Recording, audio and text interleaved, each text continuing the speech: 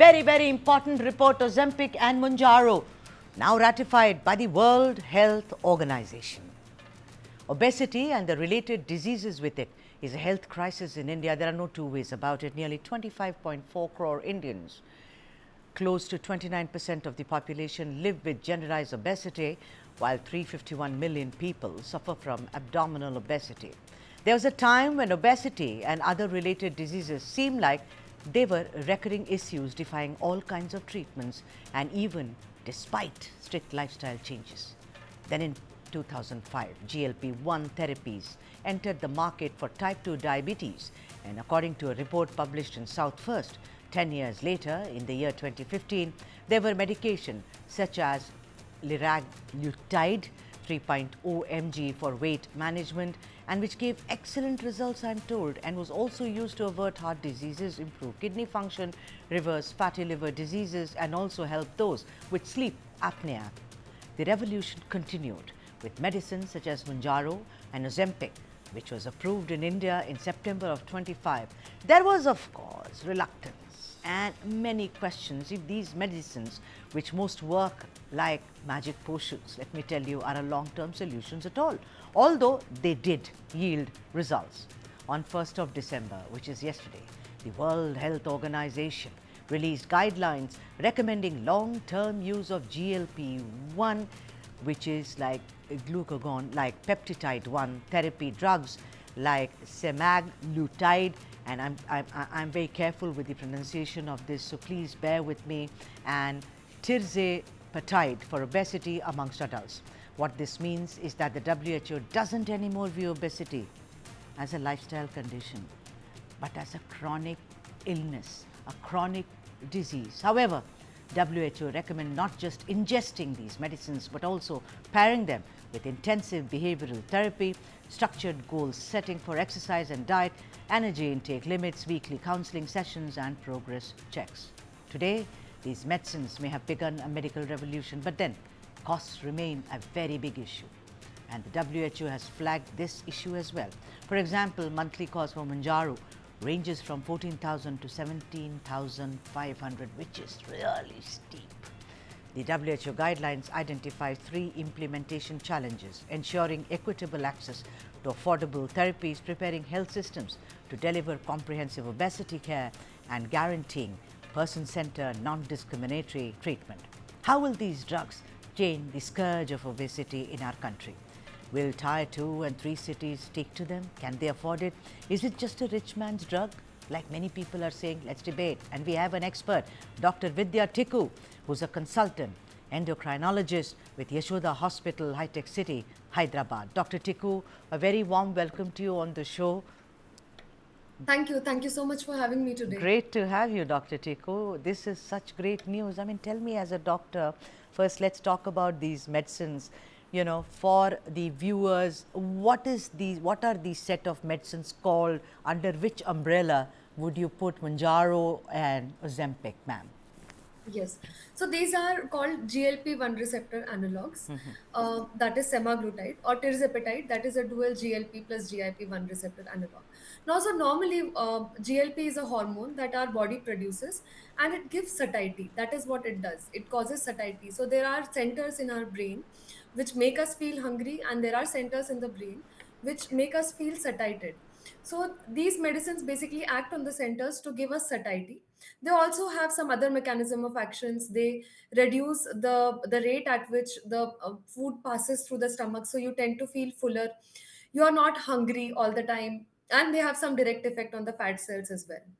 So they we can classify them as both anti-obesity drugs as well as anti-diabetic medicines.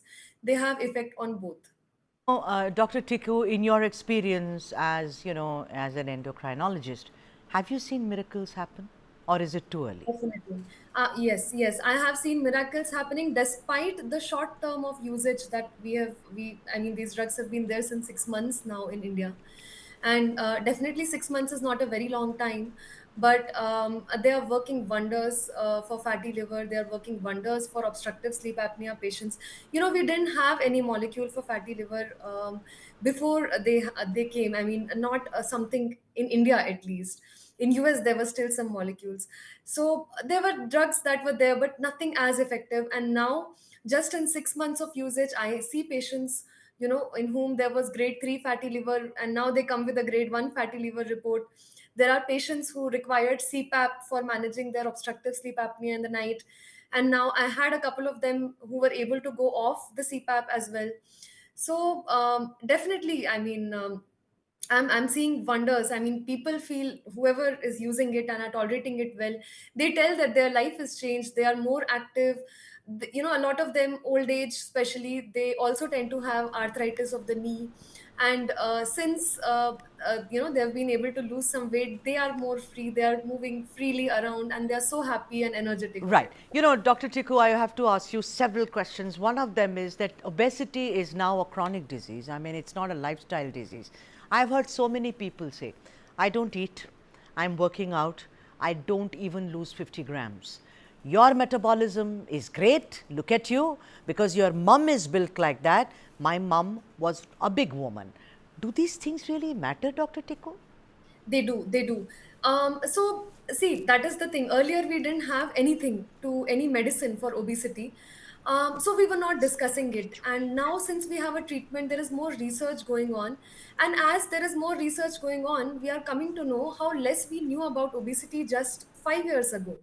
We would always blame the patient. We would always say, you're eating more. That is why you are fat. You're not working out enough. That's why you're fat. But now, after research, years of research, we know that it is much more complex. Obesity is a very complex thing. And I'm sure that as the time progresses, we will unwind a lot of other things that are still not known about it. There are so many factors. There are genetic factors, as you pointed out. There are so many things, like even when we are inside our mother's womb, there are things that go on, in that environment, which determine whether you will be a fast metabolizer or a slow metabolizer. Right. And of course, after we are born, the cultural factors and so many other things Right. that go into play. Okay, Dr. Vidyatiku, I also have another question. I have two questions. One, not feeling hungry, feeling full was always considered, at least in our culture, to be unhealthy. You are doing it artificially to me by giving me Ozempic or Mounjaro, and it's subcutaneous, right? I mean, it's injected into you. Am I Yes, right? Yeah, so okay. yes, yes. But not feeling hungry, as you children feel hungry because they expend energy, they play, but as you grow older, your hunger goes down. I could have 4 parathas when I was 10, now I can't have even one. Yeah. Tell me this, controlling hunger, isn't there a fear that this may have repercussions later, Dr. Tiku? Yeah, so the cultural thing that you told me was very correct. Because earlier our lifestyle used to be different. I mean, just 100 years back, or maybe not even that long, just a 60 years back, the foods was not available this in this much abundance. There was a food scarcity that was going on. A physical activity was mandatorily there. I mean, you had to walk miles, you had to work in the farms, and I mean, cars were not there. You had to walk to the school, you had to walk to the college, to the office lives. The jobs were not sedentary. There were not so many people in software. So whenever we would feel hungry, so of course hunger is a defense mechanism. I mean, whenever we spend food, Right, whenever we spend energy, our body tells us that we need to eat, right? right. So it is when we say that this hunger is dysregulated that obesity happens. So Okay. obese people, a lot of studies have now shown that feel hungry even when the body doesn't require it, and their satisfaction levels are not normal. Now, normally, if you eat one paratha, you might feel hungry, but someone who has obesity might not feel so even after four parathas. Right. There are a lot of other things that go into Okay. place. So, earlier, people used to expend energy. So much availability was not there. But now, since our sedentary lifestyle is there and Okay. there is so much availability of food, it becomes a problem. So, Right. that is why, Yeah. yeah. Dr. Vidya Tikku, this is Ozempic and Mounjaro and the other related drugs are seen as rich people's drugs. Bollywood stars and directors, I don't want to name them. The point is today, when WHO has ratified it, don't you think the cost of this is a big issue? What will the Indian government or pharmaceutical companies do to see to it that it is accessible, ma'am? Correct. So, as a matter of fact, there's a good news that in March, the patent of semaglutide is getting expired. And I mean, there are already a lot of pharmaceutical companies who are in line, who are already manufacturing, this molecule. So we have to see, like, in another 3 months how much the price comes down.